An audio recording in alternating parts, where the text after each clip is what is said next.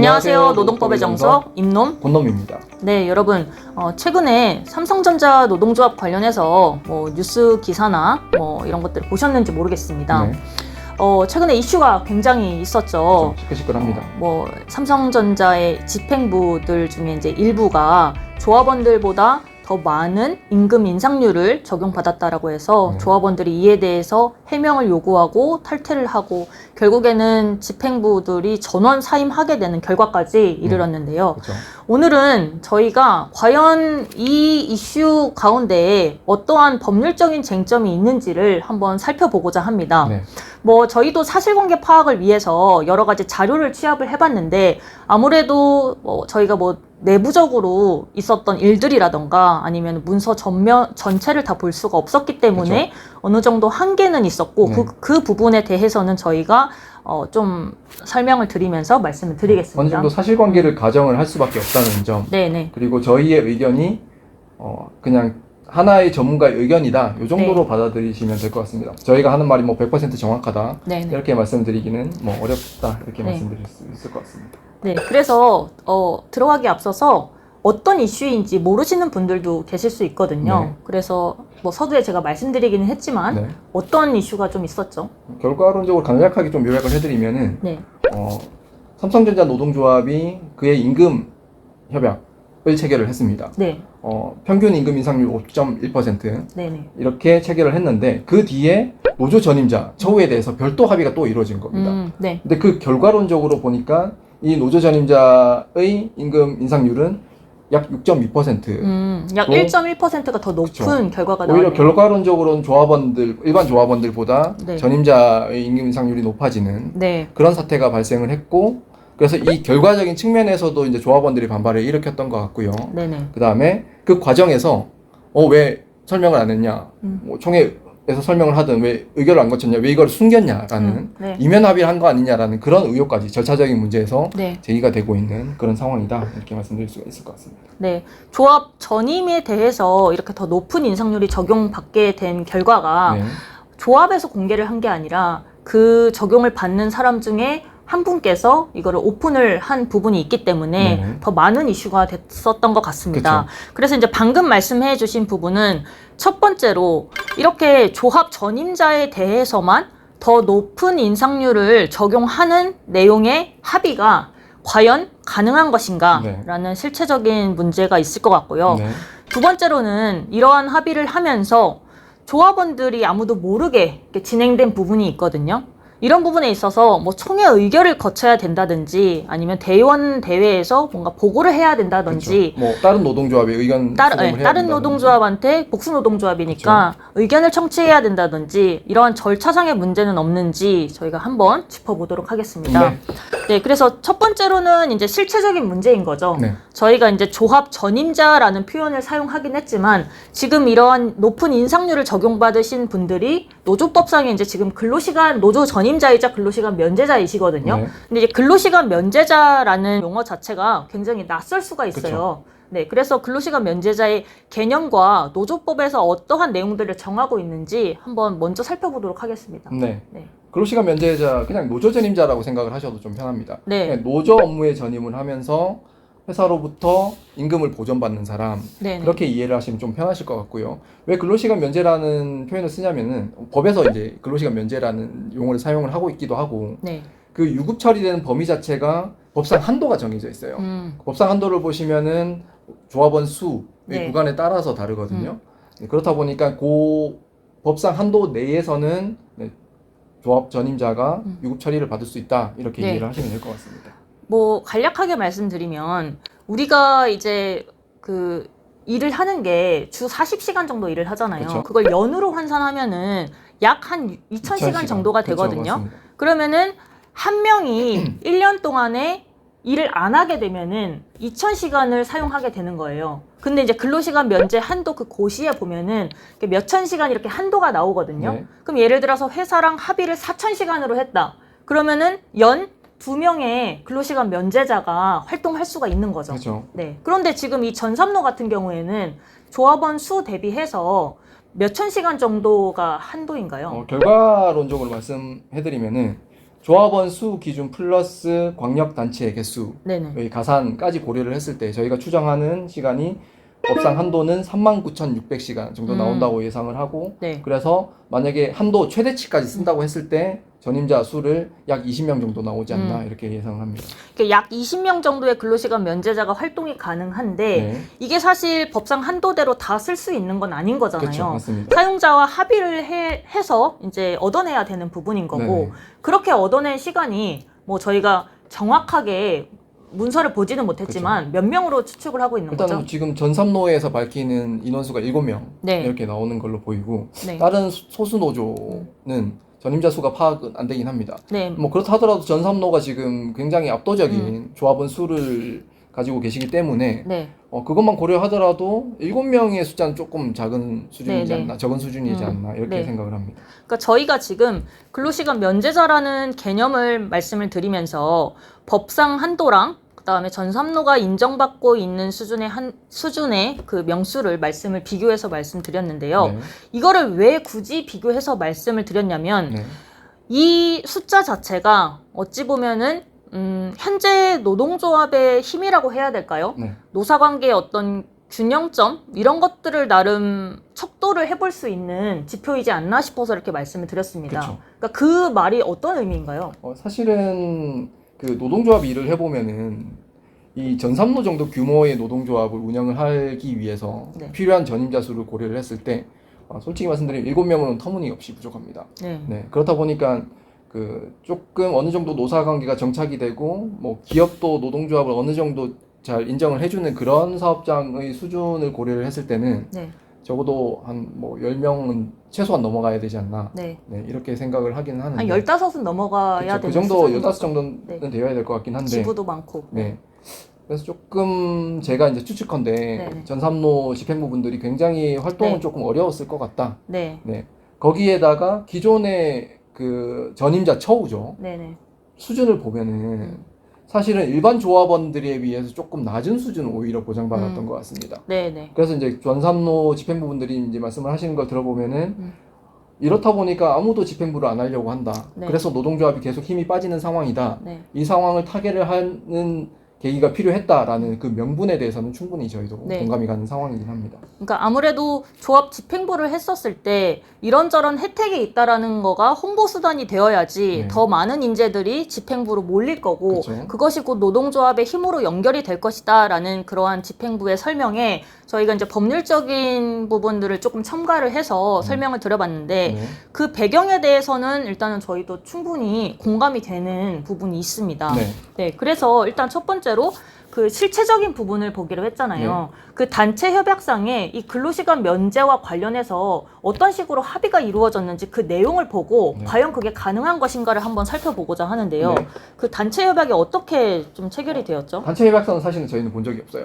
네, 딱 그 그래서 문구만 봤죠. 네, 맞습니다. 네네. 그래서 이제 전삼노분들이 설명을 해주시는 단체 협약서를 보면은 이렇게 네네. 17조만 볼게요. 네. 근로시간 면제라고 해서 근로시간 면제자의 임금은 기존 임금이 저하되지 않는 수준에서 노사 간 별도의 합의로 정한다. 네네. 이제 별도의 뭐 보충 합의로 정한다라고 이제 네. 정하고 있는 것 같고요. 그 보통은 이렇게 노동조합에서 현재의 단체 교섭에서 바로 정할 수 없는 내용들을 혹은 교섭이 너무 길어질까봐 이렇게 조금 다음으로 미뤄두는 경우가 있잖아요. 그쵸, 맞습니다. 그거를 우리가 흔히 보충 교섭이라고 하고 네. 그로 인해서 체결하는 단체 협약을 보충 협약이라고 이렇게 말을 네, 하죠. 맞습니다. 그래서 최초의 단체 협약에는 이렇게 여지를 남겨둔 내용으로 보이네요. 그리고 그걸 전제로 네. 뭐 별도의 이제 교섭이 이루어진 것 같고요. 네네. 그래서 조합 전임자 처우가 어떻게 개선이 됐냐라고 하면은 평균 인상률을 적용을 하겠다. 네. 기존에는 평균 인상률 적용을 안 했던 것 같습니다. 네네. 하지만 이제부터는 그냥 조합원 평균 인상률을 적용을 하겠다라고 합의가 되었다라고 이제 전삼노에서 네, 밝히고 있는 부분이긴 합니다. 네, 그러니까 각 직급별로 이제 인상률이 있을 텐데 네. 그거를 평균을 내서 직급에 맞게끔 임금 인상률을 정하겠다라는 거죠. 기존에는 다 등급이라고 해서 다 등급에 해당하는 걸 그냥 고정을 했다면 네. 이번에는 평균 임금 인상률이 적용이 된다라는 내용으로 변경이 되었습니다. 네, 맞습니다. 물론 이 인상률이 적용이 되었다라는 부분은 저희가 별도의 문서를 확인을 한 거는 아니고 네. 집행부에서 설명을 하면서 이제 PPT에 기재한 그렇죠. 내용을 기반으로 이제 말씀을 드리는 거거든요. 네. 그러면 저희가 이제 실체적으로 과연 이러한 단체 협약의 체결과 이러한 문구 자체가 과연 가능한 것인가라는 측면에서 실질적인 문제를 다뤄보겠다라고 말씀을 드렸거든요. 네, 맞습니다. 어떤 결론을 낼 수 있을까요? 결과론적으로 말씀을 드리면 일단 평균 인상률을 적용을 했다. 요거 하나만 봤을 때는 네. 일단은 법적으로 문제 없다. 네. 이렇게 평가를 하고 있습니다. 그러니까 법적으로 문제될 수 있는 쟁점들이 네. 일단은 뭐가 있죠? 사실은 네. 이제 소위 간단하게 말씀드리면은 네. 이게 근로시간 면제 한도라는 측면이 있는데 요거 일단 차치하고 네. 실제로 그 일반 근로 이제 조합원분들 실제 일하시는 분들에 비해서 노조 전임자에 대한 처우를 뭐 더 잘하거나 이렇게 하는 부분이 문제가 되지 않냐라는 부분, 부당노동 행위 문제인 거죠. 네. 결론적으로 그런 부분이 문제가 없느냐라는 측면에서 일반 조합원들에 비해서 조합 전임자의 처우가 어떻게 되어야 되느냐는 쟁점이 이제 있을 수가 있는데 네. 이 부분에 대해서 판례 문구를 그대로 한번 읽어봐 드릴게요. 네네. 보시면 이렇습니다. 근로시간 면제자에 대한 급여 지급이 과다해서 부당노동 행위에 해당하는지는 근로시간 면제자가 받은 급여 수준이나 지급 기준이 그가 근로시간 면제자로 지정되지 아니하고 일반 근로자로 근로했다면 해당 사업장에서 동종 혹은 유사 업무에 종사하는 동일 또는 유사 직급 호봉의 일반 근로자의 통상 근로시간과 근로조건 등을 기준으로 받을 수 있는 급여 수준 등을 고려해서 과다한지 등을 살펴서 판단해야 된다. 굉장히 어렵죠. 네. 쉽게 말씀드리면 이렇습니다. 이분들이 조합 전임자로 활동을 안 하고 그냥 일반 근로자로서 일을 했다라면 받을 수 있는 통상적인 수준에 비해서 과다하지 않으면 문제는 네. 안 된다. 이렇게 네. 이제 판시를 했다. 이렇게 보시면 될 것 같습니다. 그러니까 조합 전임자한테 뭔가 더 많은 급여를 지원해주는 것 자체가 어찌 보면은 노동상권을 해치는 일이기 때문에 그렇죠. 그거를 부당노동 행위로 규제를 하고 있는데 네. 판례는 이 부분에 대해서 판단을 할 때 지금 일반 근로자, 그러니까 동일 유사 직급 호봉의 일반 근로자와 비슷한 수준이다라고 하면은 문제 안 된다. 네, 과다한 수준이 아니다라고 하면은 네. 괜찮다라는 거잖아요. 그렇죠. 그런 측면에서 봤을 때 그냥 다른 일반 근로자들의 평균 인상률을 그대로 적용하겠다라는 문구 자체는 문제는 없어 보인다. 네. 네, 이렇게 생각이 들긴 합니다. 그러면 결론적으로 네. 지금 이제 집행부에서 나름 설명을 했던 조합 전임자에 대한 처우가 개선이 시급했다라는 그 배경과 그렇죠. 그 다음에 이 협약안의 내용 그리고 결과물에 대해서는 이게 결과물이 수치적으로 나중에는 6.2%였지만 이 문구 자체만으로는 실제 이러한 문구로 작성했는지 모르겠어요. 네. 이 문구만으로는 크게 문제되는 부분은 법적으로는 없다. 없어 보인다. 네, 이렇게 네. 결론을 저희는 내려보았습니다. 다음으로는 실체적인 문제가 아니라 절차적인 문제인 거죠. 네. 절차적인 문제를 저희가 이제 앞서 말씀드리면서 조합원에게 알리지 않고 의결을 거치지 않았다라는 부분과 그렇죠. 그다음에 소수노조한테 이제 의견 청취를 안 했다라는 그 두 부분을 말씀을 드렸는데 네. 일단 먼저 조합원에게 이거를 알려야 되고 네. 의결을 거쳐야 되느냐라는 측면에 대해서 네. 저희가 새로운 굉장히 조금 놀랄만한 사실관계를 하나 발견을 했죠. 네. 네.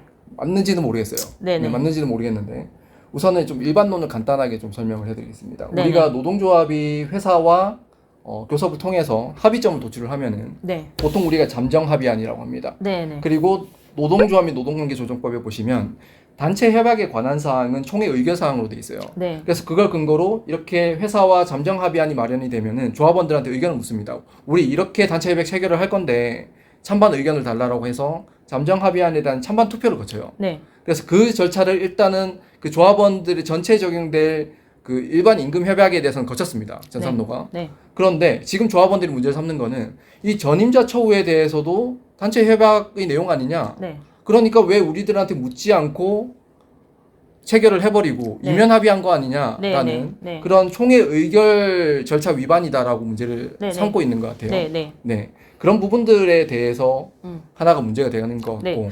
그래서 네. 집행부가 뭐라고 얘기를 했냐면 과연 이게 총회의 의결을 거쳐야 하는 사항인가 아닌가에 대해서 전문가의 자문 의견을 받았고 네. 전문가는 이 부분에 대해서 총회의 의결을 거칠 필요가 없는 사항이다라는 자문을 받았다라고 이렇게 설명을 했어요. 네.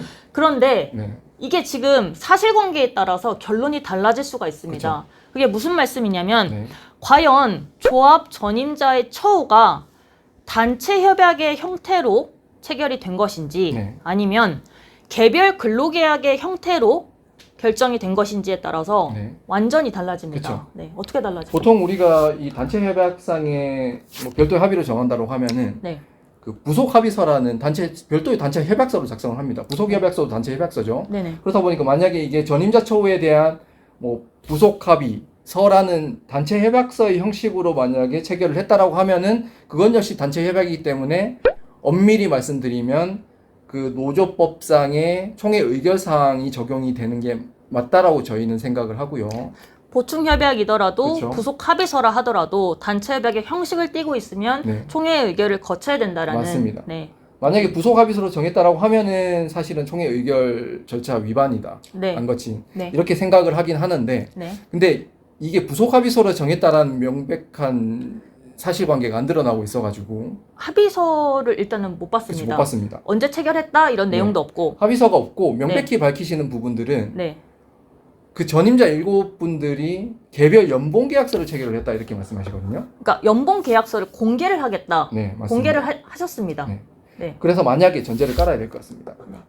별도의 부속 합의서라는 단체 협약서로 체결을 한 게 아니라 네. 개별 연봉 계약서라는 근로계약으로 전임자 처우에 대해서 정했다라고 하면은 첫 번째로는 저희 개인적인 생각으로는 통상적이진 않다라고 생각을 합니다. 보통은 단체 협약서로 별도의 합의로 정한다라는 그 단체 협약의 부속 합의로 정할 때는 또 새로운 단체 협약서로 정하죠. 네. 그럼에도 불구하고 개별 근로계약만 체결을 했다라는 부분은 통상적이지 않고 네.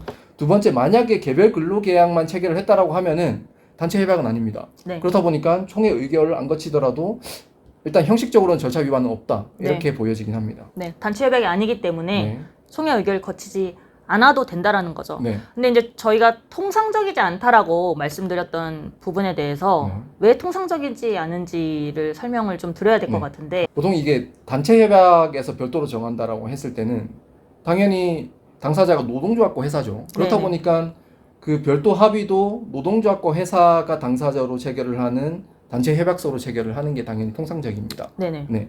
그런 통상적인 부분뿐만 아니라 조금 이건 조심스러운 부분이긴 한데 네네. 그 지금 전산노에서 밝히는 명분이 조금 흐려지는 부분이 있습니다. 네. 무슨 말이냐면은 전산노에서 그 내세운 명분은 충분히 공감이 가죠. 네. 기존의 전임자들 처우가 나빴기 때문에 우리뿐만 아니라 이후의 미래의 집행부를 위해서라도 이게 필요하다고 생각을 해서 네. 그 합의를 한 거다라는 명분을 세우고 있으시긴 한데 이 명분을 세우시기 위해서는 사실은 부속 합의서라는 단체 협약서를 작성을 해야 됐습니다. 네. 그래야지 이후에 들어오는 노동조합 집행부에 대해서도 계속 적용이 되는 네네. 그런 효력을 가지는데 만약에 그 지금 현재 전임자 7분만의 개별 계약, 연봉 계약으로 체결을 해버리면은 그 분들에 한해서 인적 효력만 발생을 하고 이후에 다른 전임자에 대해서는 아예 당사자가 달라져 버리죠. 노동조합이 아니라 개별 그 근로자들이 당사자가 돼버리는 연봉 계약이기 때문에 네.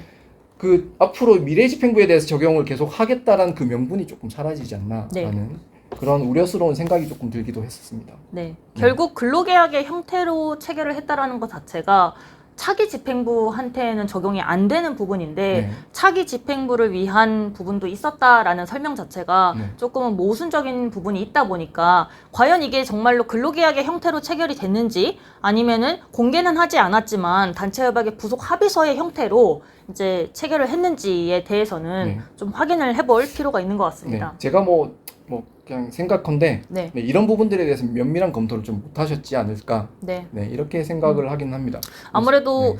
조합 전임자들이 많이 뭐 희생하고 고생한 그쵸. 부분도 있다 충분히 보니까 있다라고 생각을 합니다. 뭐 조합원들이 이 정도는 이해해주지 않을까라는 조금은 아니라는 생각이 이렇게 결과적으로 나오지 않았나라는 조심스러운 생각을 네, 맞습니다. 해봅니다. 그리고 두 번째 이제 공장대표 의무 문제죠. 네. 다른 노동조합의 문제긴 한데 일단은 다른 노동조합의 전임자가 있는지 없는지는 파악이 안 된 상황에서 형식적인 측면만 보겠습니다. 다시 똑같이 돌아가 봤을 때 이걸 부속 합의라는 단체 협약의 형식을 취했을 때는 조금 더 전제를 깔면은 다른 노조에도 전임자가 있다라고 전제를 깔았을 때 이 부분의 과정에 대해서 의견 수렴을 하고 공개를 해야 되는 절차적인 공정대표 의무 문제죠. 네. 그런 부분들이 분명히 있다라고 생각이 들고 그러면 부속 합의서를 체결을 했는데도 다른 노동조합과 소통이 없었다라고 하면은 절차적 공정대표 의무 위반이다라고 생각이 들긴 하고요. 네. 그게 아니라 만약에 개별 연봉 계약으로 이 합의 내용을 체결을 했다라고 하면은 단체 협약이 아닌 거죠, 그렇죠? 그쵸. 즉 교섭권의 배타적 교섭권 행사